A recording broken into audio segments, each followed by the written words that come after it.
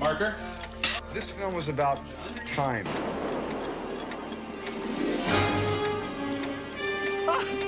What did I tell you?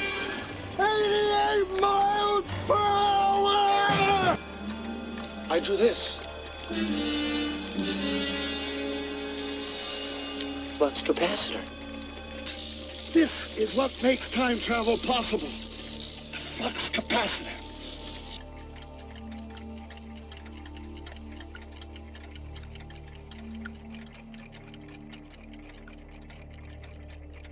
This is what makes time travel possible.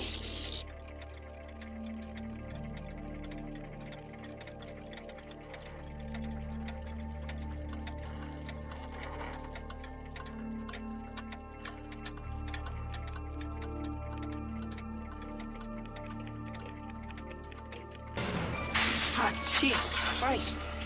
Jesus Christ, Doc. Oh, witness the birth of Christ?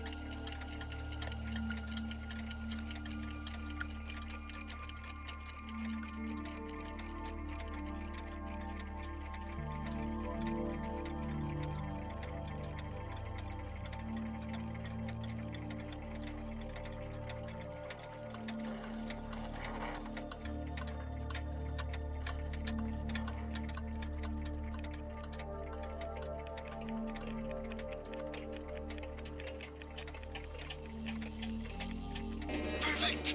My experiment worked! They're all exactly 25 minutes slow!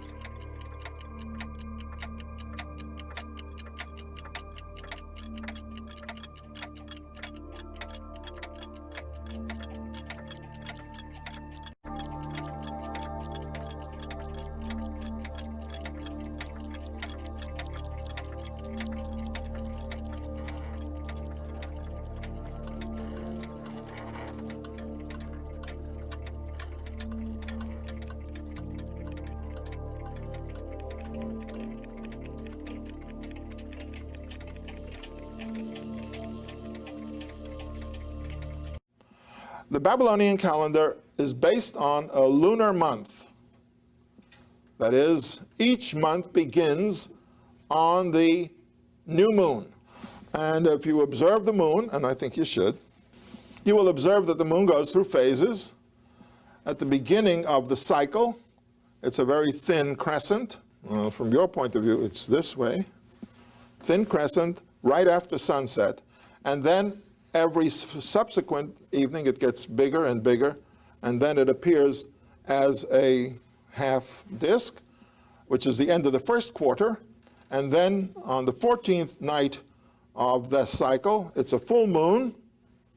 And then the moon reduces and goes into a different phase as it reduces to the third quarter. And then it disappears at what we call the new moon. And it doesn't appear in the sky anymore because it's on the same side as the sun. Now, that cycle is 29.5 days.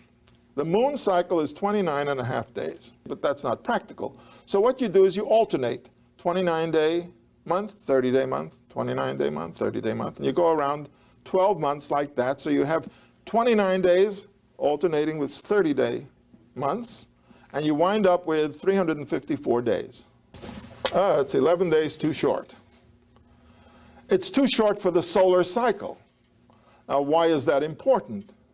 Because the solar cycle is going to tell you when the rains will come, and it will also tell you when you should plant and when you should harvest. So you really need a solar cycle. But you're already fixed on the lunar month, and therefore your year is going to be 11 days short. So what you do is this. You add a month and you wind up 3 days short. So you're back to close to the solar cycle.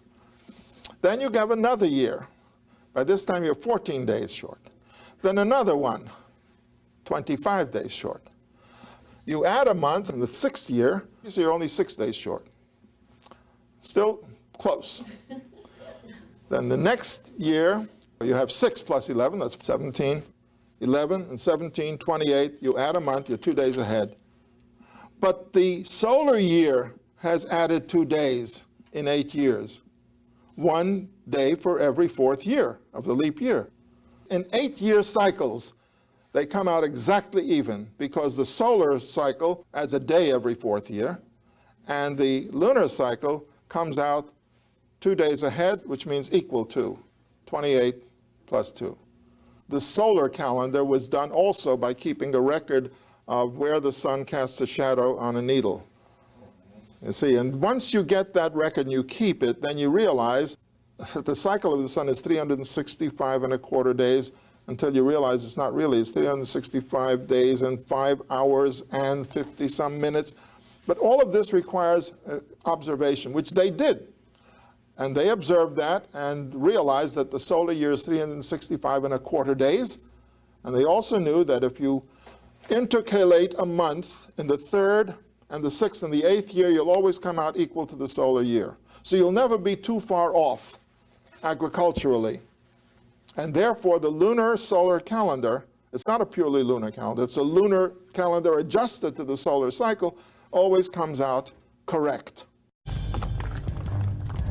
Our calendar and the calendar of this book do not match.